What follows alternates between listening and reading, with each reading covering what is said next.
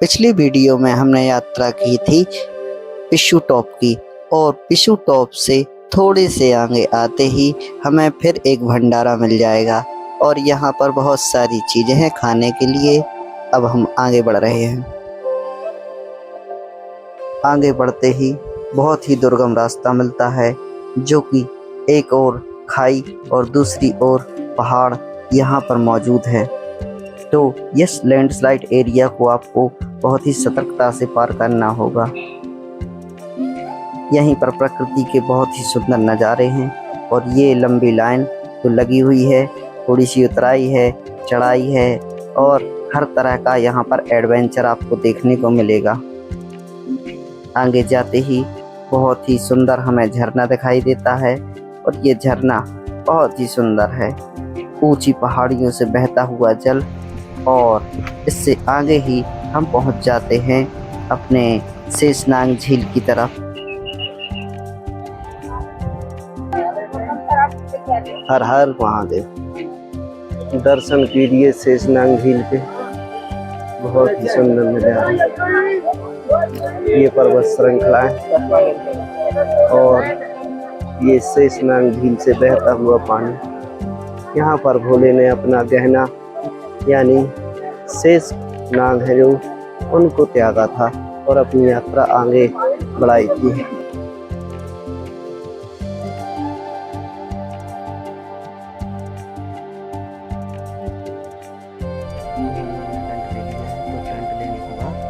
रात में यहीं स्टे करने वाले हैं, खाना भी खा चुके हैं और सुबह निकलेंगे पंचतरणी की ओर।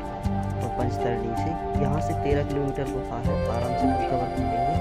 अगर हो पाएगा तो ठीक है, वरना पंचतरणी में रेस्ट करेंगे, उसके बाद हम निकलेंगे। चलिए देखते हैं कल क्या होता है। सुबह का वक्त हो चला है और हम लोग उठ चुके हैं। ये है टेंट सिटी और ये शेषनाग झील के पास टेंट है। और इसके बाद हम पंचतरणी जाएंगे। पंचतरणी वह स्थान है जहाँ पर शिव जी ने अपने पंच तत्वों को त्याग कर अपनी यात्रा को आगे बढ़ाया था। तो इसी प्रकार से हमारी यात्रा होती है। और मेरे पीछे आप बर्फीले पहाड़ देख रहे होंगे। ठंड काफ़ी है और लगभग 5 के लगभग टेम्परेचर होगा। सुबह माइनस में था। टेंट की हालत कुछ ऐसी होती है, देख सकते हैं।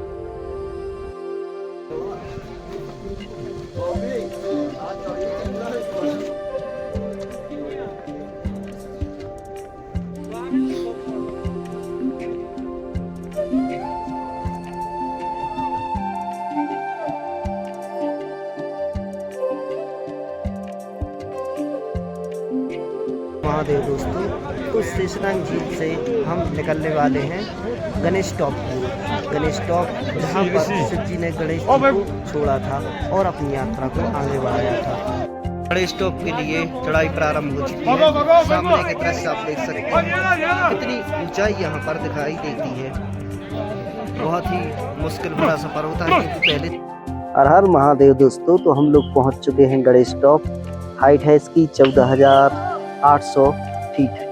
तो यहाँ पर हम देख सकते हैं यहाँ की जो धार्मिक मान्यताएं हैं, जब शिव जी अपनी ये जो अमर यात्रा है वह कर रहे थे, तो उस समय पर उन्होंने अपने पुत्र श्री गणेश का यहाँ पर त्याग किया था, उनको यहीं पर छोड़ दिया था। तो गणपति जी को नमन कीजिए और इससे हमें यह सीखना चाहिए कि यदि जब हम शिव की ओर बढ़ते हैं तो किसी मोह के बंधन में नहीं बंधना है। पुत्र मोह एक बहुत बड़ी चीज होती है। उन्होंने अपने पुत्र को भी यहाँ पर त्याग दिया था। तो फाइनली हम लोगों ने गणेश टॉप ट्रैक कर लिया है और इसके बाद हम आ जाते हैं पंचतरणी की ओर। पंचतरणी के नज़ारे बहुत ही सुंदर हैं। चारों तरफ आपको पहाड़ दिखाई देंगे और बीच में ये मैदान, और मैदान में बहती हुई 5 धाराएं जो कि पंच तत्वों का प्रतीक हैं।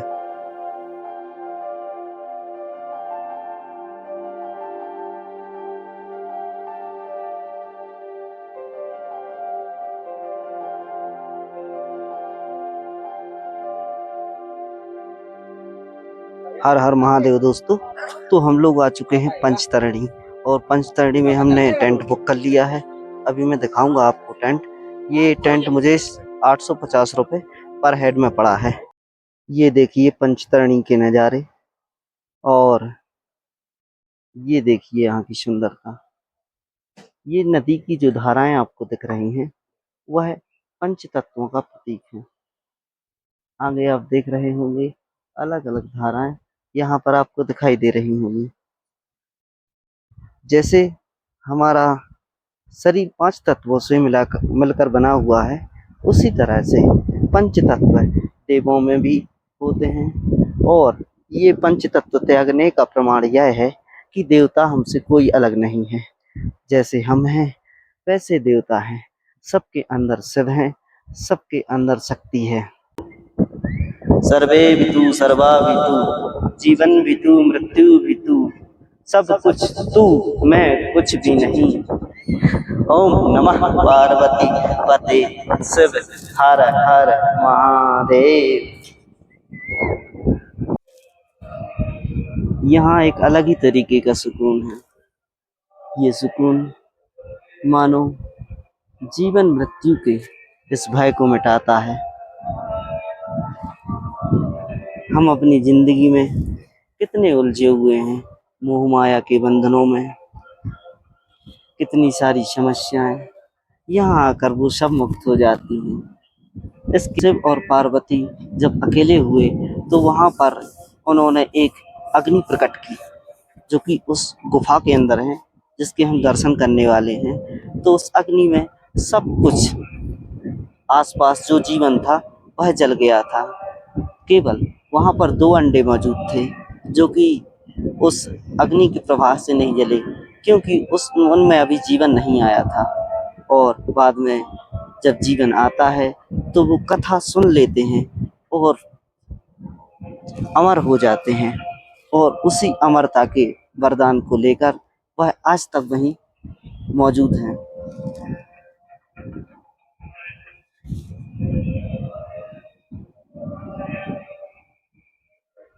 यहाँ रुकना बैठना तपस्या के बराबर ही होता है। सारे तप पूरे हो गए, सारी जिंदगी की समस्याएं पूरी हो गई, कुछ नहीं बचा, सब शांत है, सब शिव है, सब शिव है, सब भोले हैं। यहाँ जिसको देखो वो भोले हैं।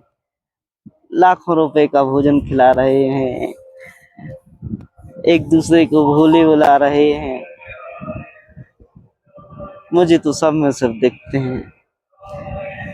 किसी को सब पिट्ठू बन के ला रहे हैं, किसी को घोड़े बन कर ला रहे हैं, सब शिव हैं। यानी ये पृथ्वी, ये संसार, हमारी वाणी वचन पंच तत्व जो भी है, जो भी आज तक देखा है और जो देखने वाले हैं और जो लोग देख सकते हैं, सब शिव है। फिर सोचते हैं कि शिव क्या है? जो नहीं है वो शिव है। नहीं का तात्पर्य नहीं शब्द का तात्पर्य ये है कि जहाँ आप नहीं बोल देते हैं वहाँ, यानी हर एक शब्द का मतलब होता है, तो नहीं का क्या मतलब होता है? नहीं का भी मतलब शिव है। जो कुछ है वो तो सब है ही, ना का मतलब ही सब है। यदि किसी ने ना बोल दिया तो उससे बात करने का वो नहीं होता, और किसी ने नहीं बोला तो उसका भी मतलब शिव हो गया। जो कुछ है सब शिव है, सब सुंदर है, बहुत सुंदर है। हे भोले, हे भोले। पंचतरण शिव के 5 तत्वों को के त्याग का प्रतीक। पंचतरणी में शिव ने अमर यात्रा पार्वती जी को सुनाने से पहले अपने 5 तत्वों को त्यागा। किसी मानव शरीर में या जो सारी सृष्टि है, सारा संसार है, प्रत्येक जीव 5 तत्वों से मिलकर बना है। और देव और हम मनुष्य दोनों एक हैं, इसका प्रमाण देती है ये पंचतरणी। पंचतरणी में 5 धाराएं, अग्नि, पृथ्वी, वायु, गगन, आकाश, सबका प्रतीक इन्हीं को माना जाता है।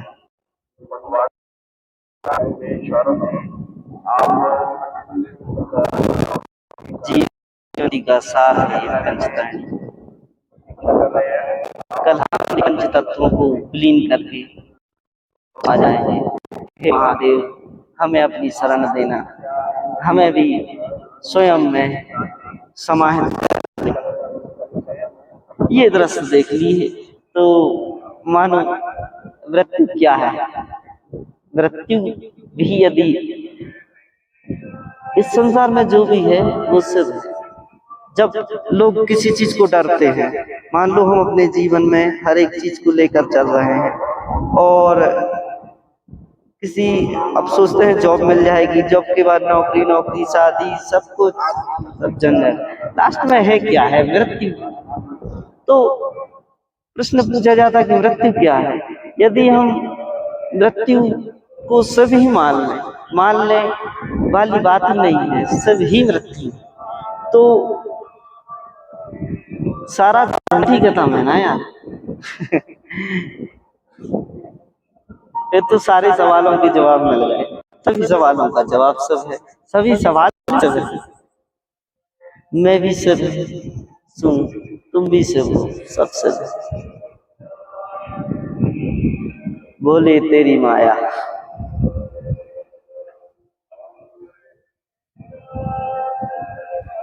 इस तरह हमने पंचतरणी की शांति को अनुभव किया और सारे दिन यहाँ पर दर्शन किए। अब वक्त हो चला है शाम का और फिर से यहीं पर स्थित भंडारे में बहुत ही अच्छा भोजन किया और वापस रेस्ट करने के लिए तंबू में चले गए और सुबह 3 बजे हमें निकलना है महादेव के दर्शन के लिए गुफा की ओर।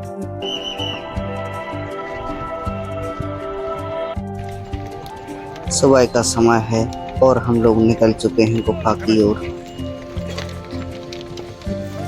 अभी रात के 4 बजे हैं और हम लोग रास्ते में हैं। आगे जो लाइट आपको दिख रही है वहाँ से होकर हमें जाना है। धीरे धीरे सुबह हो रही है। तो महादेव हम केवल गुफा से 3 किलोमीटर दूर हैं और 3 किलोमीटर बाद बाबा के दर्शन हो गए। ये देखिए,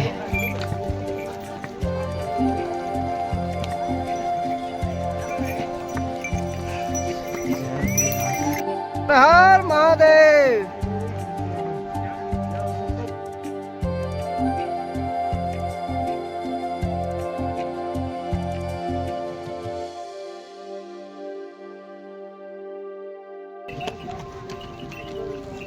हर महादेव, हर महादेव, हर महादेव, हर महादेव, हर महादेव। हम लोग पहुंच गए हैं गुफा के बहुत करीब। ये देखिए हमारे भोले बाबा, दर्शन कीजिए। हर हर महादेव, हर हर महादेव। हम लोग पहुंच गए हैं भोले बाबा के बहुत करीब। ये बहते हुए झरने और यहीं पर हमने स्नान किया और हम आगे बढ़े बाबा की गुफा के दर्शन करने के लिए। बहुत ही मनोरम, बहुत ही सुंदर दृश्य, जीवन में ऐसा दृश्य कभी नहीं देखा होगा। बहुत ही ठंडा जल और क्या कहने, हर हर महादेव। हम लोग पहुंच गए हैं भोलेनाथ जी के धाम, श्री अमरनाथ धाम। ये कतारें और ये आते हुए वक्त बहुत ही मनमोहक दृश्य। बाबा अमरनाथ ने आकर बना दिया। उनके धाम पर आकर बड़ी शांति और सुकून महसूस हुई। अभी नहा के सीधे हम लोग ऊपर आए और गुफा में आते ही मानो ऐसा लग रहा है सारी थकान दूर हो गई। और अब इसके बाद दर्शन करने जाएंगे और बताएंगे आपको किस प्रकार का अनुभव गुफा के अंदर होता है, क्योंकि पूरा समय हो जाता है तो चीज़ें विजिबल हो जाती हैं। हालांकि ये चीज़ें कोई भूलता तो नहीं, लेकिन जो भाव होते हैं वो अलग ही होते हैं। उस समय में दर्शन करने के बाद जो भाव होते हैं अलग ही होते हैं। किसी के साथ वो बात शेयर नहीं करनी चाहिए, लेकिन मैं करूँगा और आपको बताऊँगा तो किस तरह से।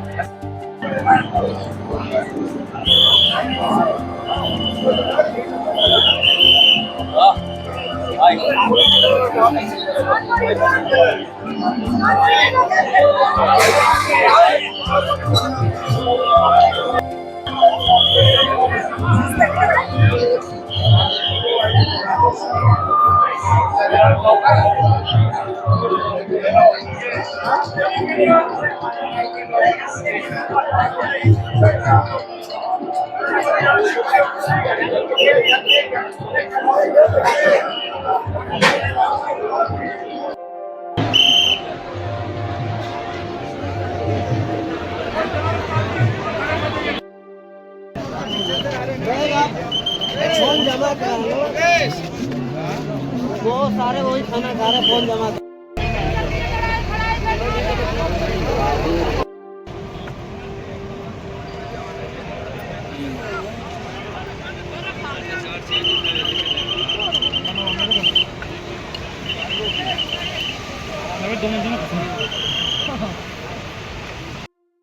बाबा के दर्शन हो चले हैं। माता पार्वती और गणेश जी की आकृतियां पिंडी के रूप में वहां दिखाई दी और बहुत ही दिव्य गुफा है, दिव्य दर्शन है। कई आकृतियां यहाँ पर दिखाई देती हैं। गणेश महाराज की मूर्ति है, नंदी जी की मूर्ति है। कुछ आकृतियां मैं आपको बताता हूँ। ये गुफा है, इसके आप ऊपर देखेंगे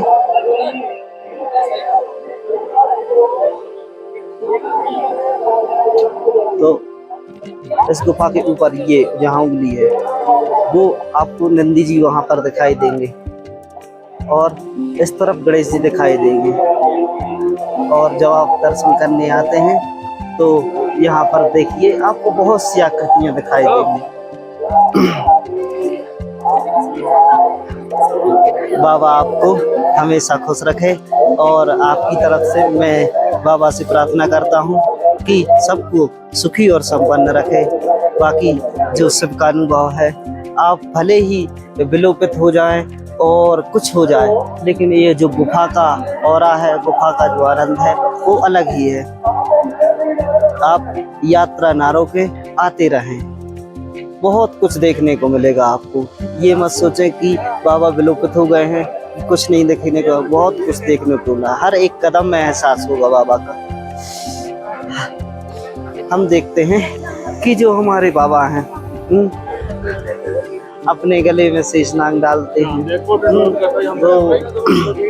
प्रकृति में जैसे जीव है, कानों में बिच्छू हैं, तो उनका जो जितना गहना है सारा प्रकृति से भरा हुआ है और प्रकृति ही शिव है, शिव ही प्रकृति है। ये धारा है, ये नज़ारे। अगर आपने यहाँ आके ये सब ही देख लिया तो बहुत बड़ी बात है।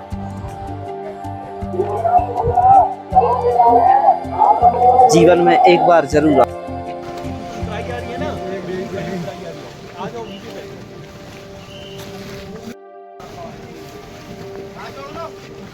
जय माँ काली, जय माँ काली।